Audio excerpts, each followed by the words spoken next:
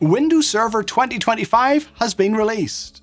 Unfortunately, the way a bunch of server admins found out about this was when their 2019 and 2022 servers unexpectedly upgraded themselves to Server 2025, in some cases taking down their business in the process. Youch. The auto upgrade isn't actually what I want to focus on, but I will cover it because right now some of you are probably starting to panic.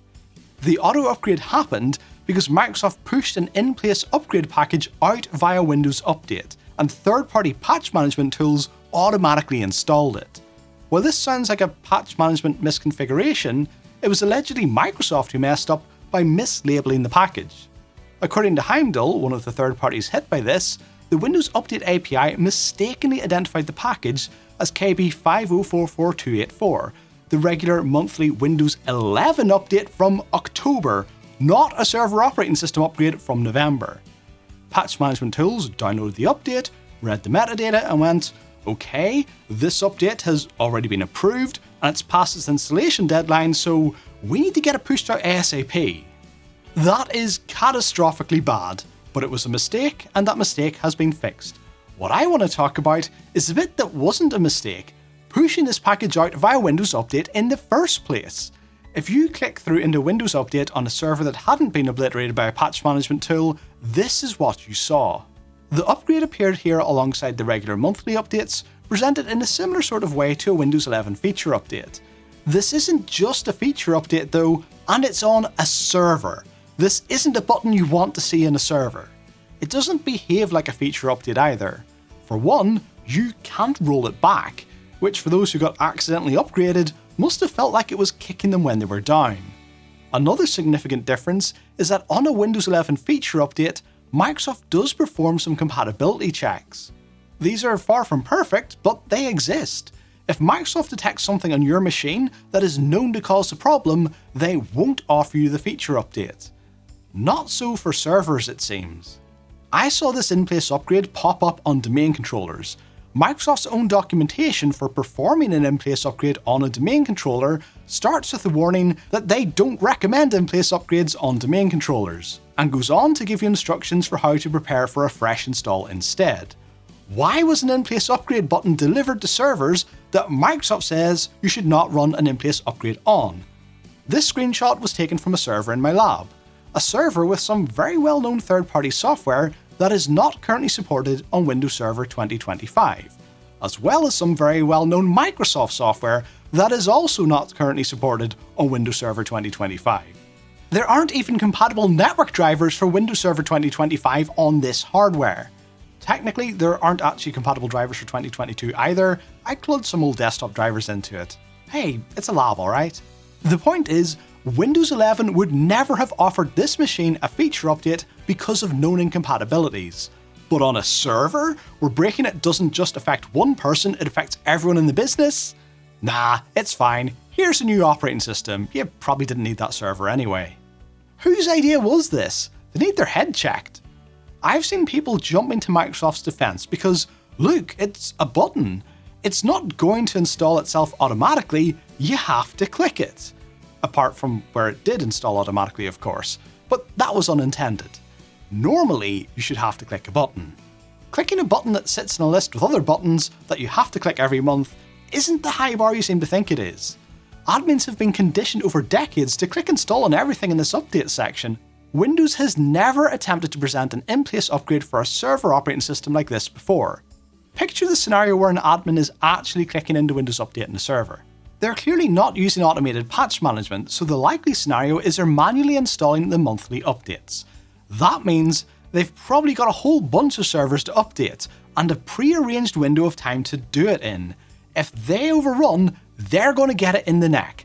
So if you think they're slowly and considerately reading every single patch description on every single server, you're not living in the real world. This is something I'm all too familiar with. If you've watched this channel for a while, you know I used to do a lot of Microsoft Exchange Server consultancy.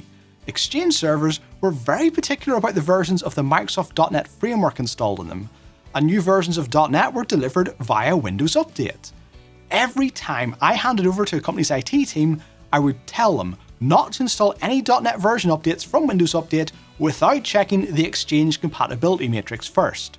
Once it was listed as supported, they could install it, not before. Do you want to have a guess at how often I would get a call when a new version of .NET was released to Windows Update?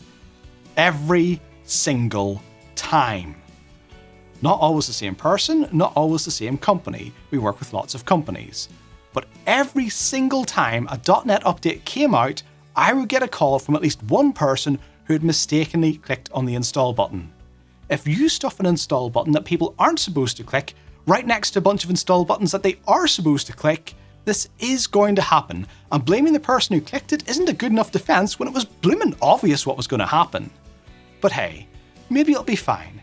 Maybe all of the hardware and applications on the server are compatible and supported on Windows Server 2025. Maybe nobody cares that instead of a quick patch, your server went offline for a full operating system upgrade and people couldn't work. Maybe. What about the licensing though? You see, on Windows 11, when you get a feature update come through, it's a free update. Not so with this in-place server upgrade. It doesn't ask for a credit card or anything, but if you install it, you are liable for the costs.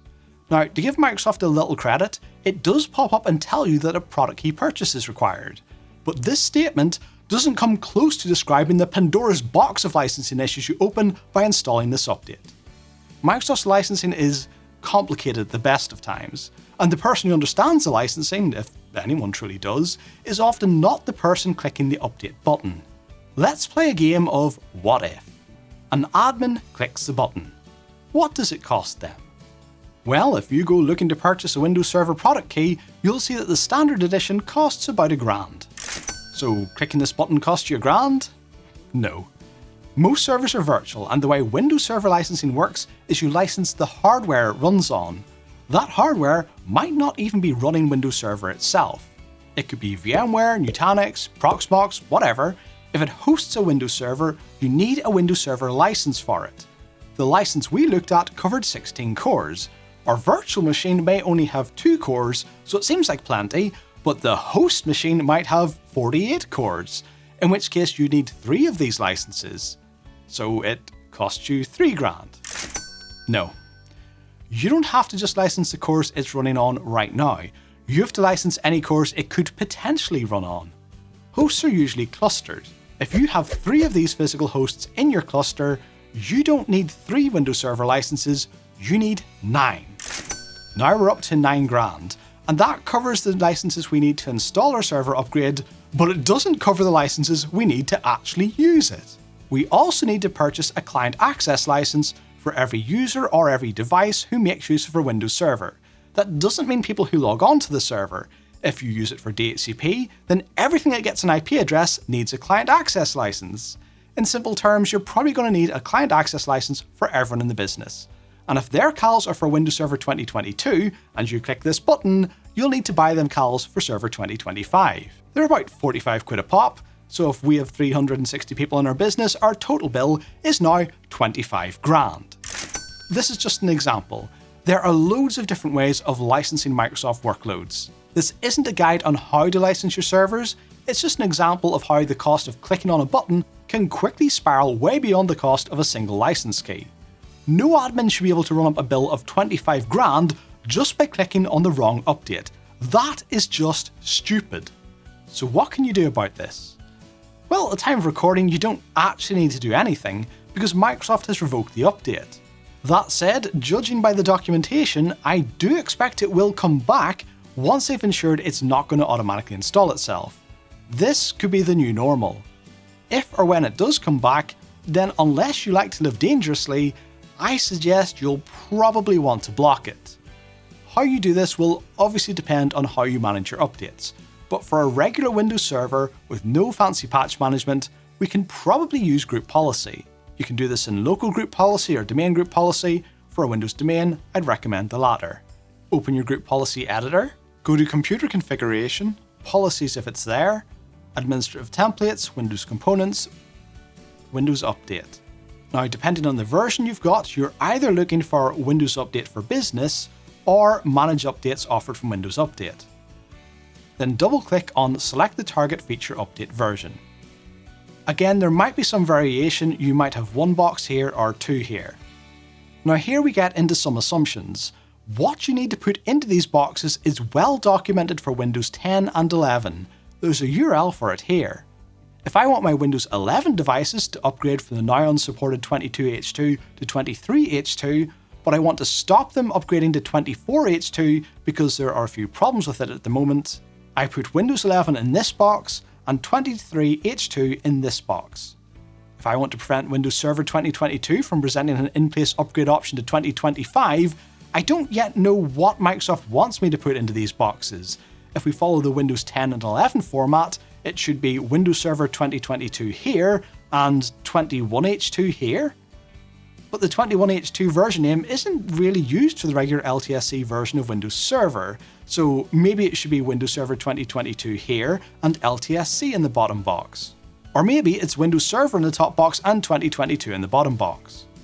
Let me know in the comments if you know the officially correct answer, but here's a little tip. For servers, it probably doesn't matter. One way to tell Windows not to install any feature updates is just to type nonsense in here. If it doesn't match a real update, then nothing's going to install. On Windows 10, this includes in-place upgrades to Windows 11, so I'm assuming it will be the same here. If I type sod and off and apply this to my Windows 10 PC, it will stop offering me any updates to Windows 11, which is basically what I want to achieve on my servers. Unfortunately, since Microsoft pulled the update, I am currently unable to test this, so at the moment it's an assumption. If you had a chance to test this before they pulled the update and can confirm one way or the other, let me know in the comments. If or when the in-place upgrade gets pushed out again, I will test it, and assuming it works, I will be recommending to my clients that they put a block on their servers, because someone accidentally upgrading a server, taking down a business, and racking up a bill in the tens or hundreds of thousands is just not a thing that should be allowed to happen. Another thing that should not be allowed to happen is not liking this video. I mean, why haven't you clicked the button yet? It's down there. Let me know what you think of this. Do you want to see an in-place upgrade button on live servers, or was this just a terrible idea? Also, do you want to watch this video next? Yeah you do.